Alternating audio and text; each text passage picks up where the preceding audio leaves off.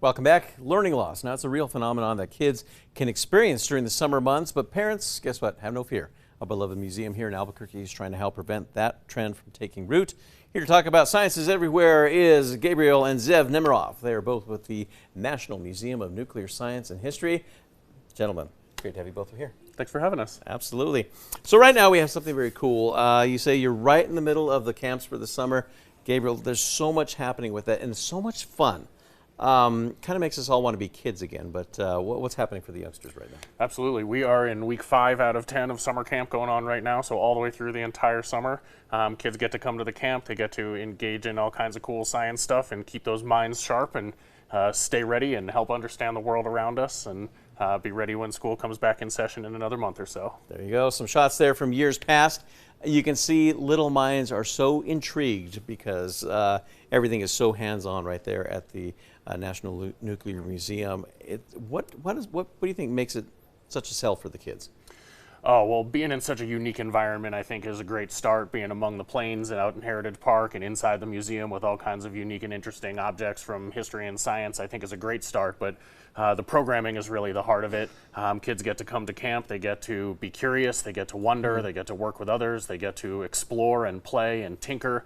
Add some imagination and some storytelling and really make meaningful pathways to understanding the world around us. And who better to ask than Zev? Zev, as a youngster, what makes it so interesting for you?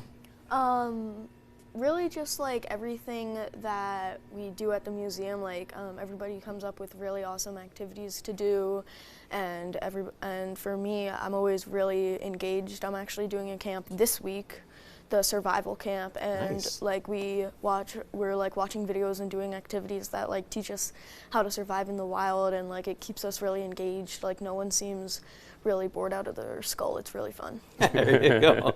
That's the best way to do it. And you got the really cool shirt to kind of just say, you know. That's the Sears camp shirt. There you go. All right, so gentlemen, we want to get to the experiment in just a moment, but real quick here, Gabe, when can parents sign their the little ones up? Parents can get online and they can sign up.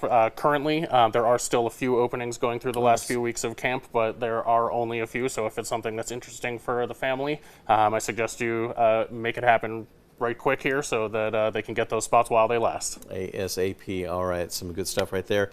And even better stuff we have are some experiments we have in front of us. We're going to turn over to the That's right. mad Zev, you can go ahead and set that up. Today we're going to do a little experiment with household items, just like we always do. We have a little plastic jar filled with tap water, and we got a couple of index cards supporting a couple of pencils here. The pencils are sharpened on both ends, and we're going to use a 9-volt battery to send an electrical charge through the pencils using the graphite as a conductor. And the molecules in water, as we all know, are oxygen and hydrogen. And when we apply the battery, when we apply the battery to the pencils, it sends that electrical charge into the water. And if you look closely, you can see tiny bubbles produced on the end of the pencil there. The positive side of the battery produces oxygen bubbles, and the negative side of the battery produces hydrogen bubbles, splitting those molecules and creating some gas bubbles that rise slowly to the top.